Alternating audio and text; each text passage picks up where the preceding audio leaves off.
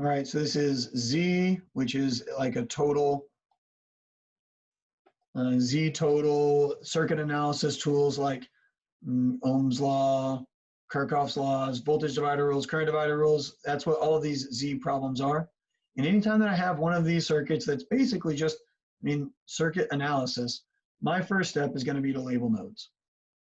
And I do that to make sure that I understand the relationships between the elements. We even saw that in our concept check today. So here is A. They have A labeled for us. But remember back whenever I said you could label nodes like this, everywhere where there's not an element is a part of that node. And what we mean is everywhere inside that red circle I've drawn, the voltage is the same. So the last node is here. So everything in that top is A, everything down here is C, there's B, and I'll label D and E just to be thorough. So now what we're looking for is I2 using the current divider rule. Current divider rule. What is the current divider rule used for? It's used for parallel elements, right? Parallel elements, and I'm looking at I2. I2 is, I'll draw it in blue over here on the right, coming down through this branch. That is I2. So if I'm looking for parallel elements, well, that 60 ohm resistor isn't in parallel by itself with anything.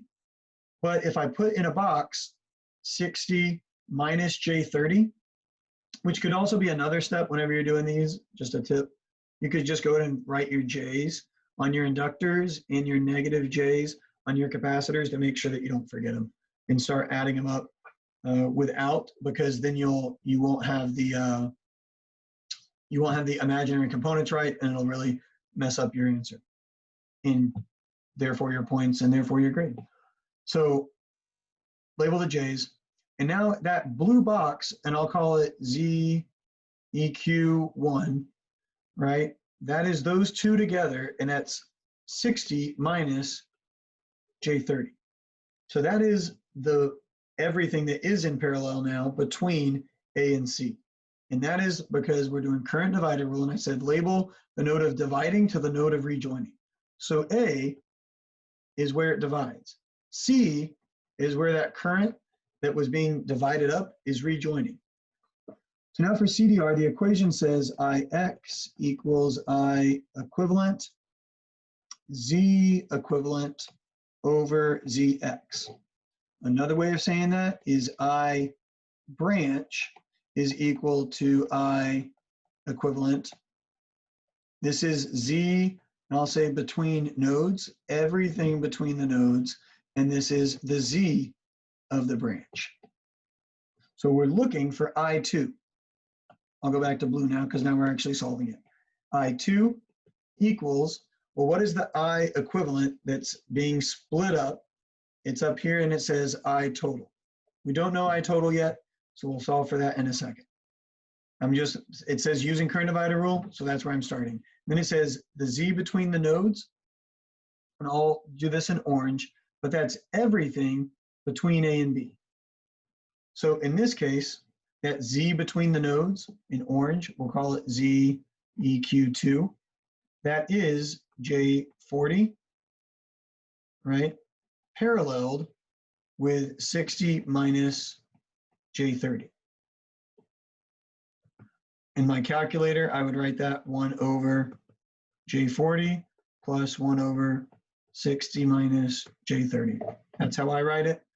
It's up to you how you want to write that. So that ZEQ is, I get 44.1 angle 54 degrees.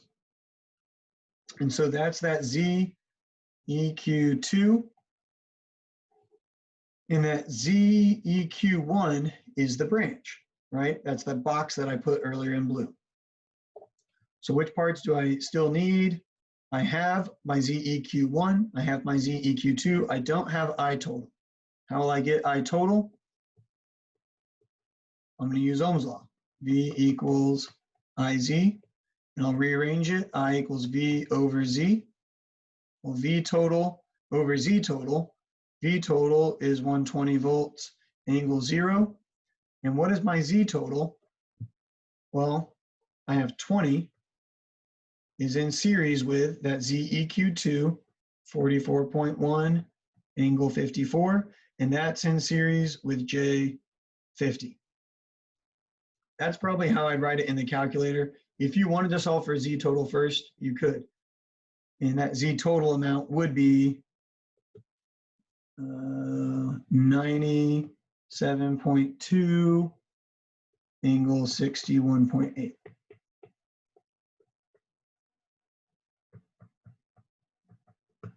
As long as I can see everything that you're solving for, you don't have to write each of those like the 97.2, but if you want just to be safe, you can.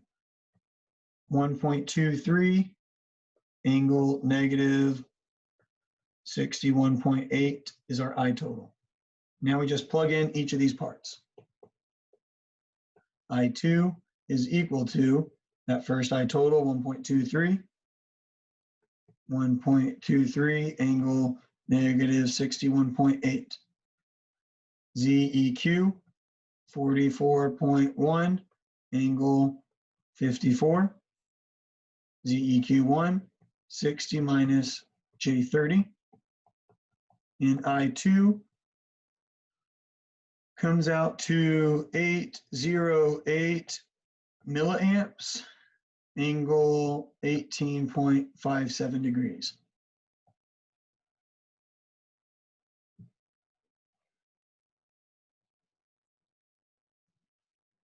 There's the first part. I'll do the next part in green. It says find VA. There's a couple different ways you could go about it.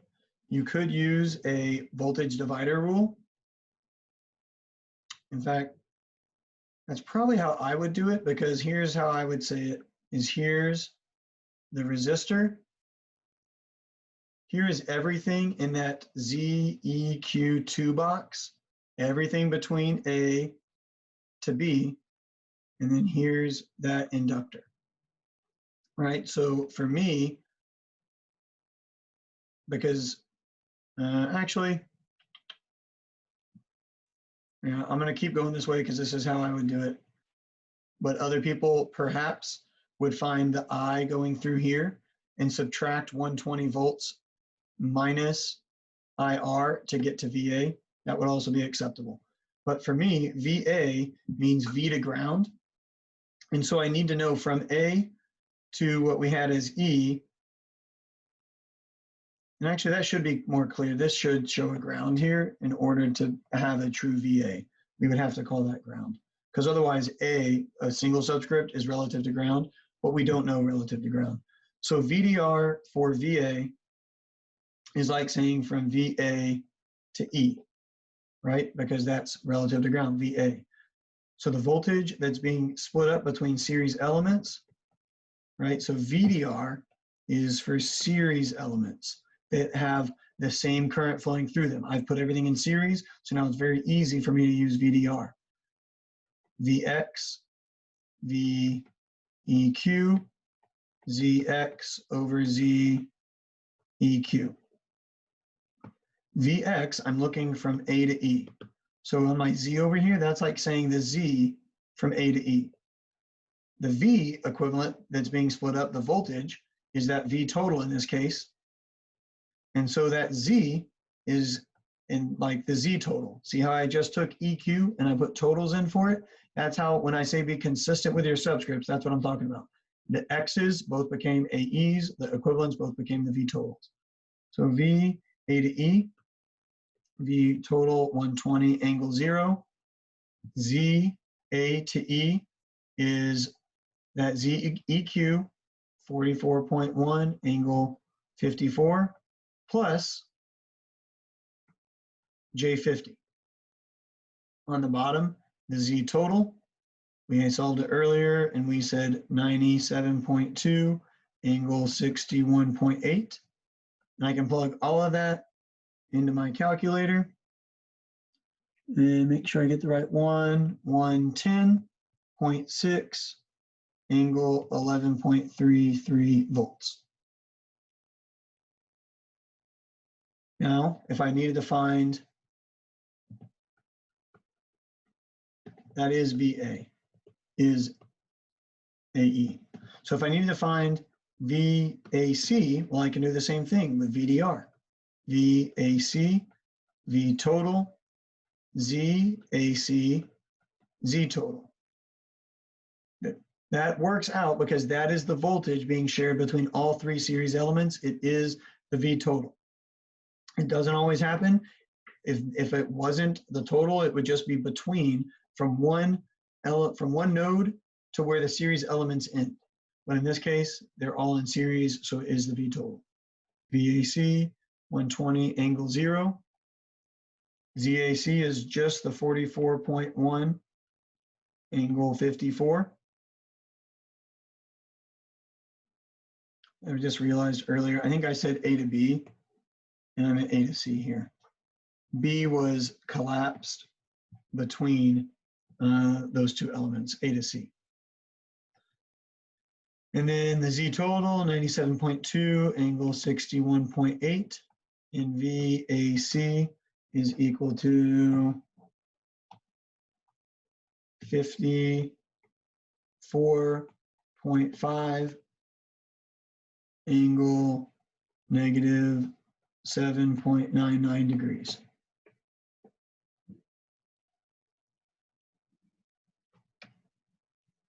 There are other ways to get to VA and VAC. So if you want to use Ohm's law and Kirchhoff's voltage laws to subtract some of those voltages, that would also be acceptable. You could also, another way to find the VAC is you could find, you could just multiply the total current by ZEQ. That might be just as easy, right? Ohm's law, V equals IZ. Well, AC, I A to C, Z A to C, right? That I A to C in this case is the I total, and the Z A to C is that Z EQ2. You get the same answer.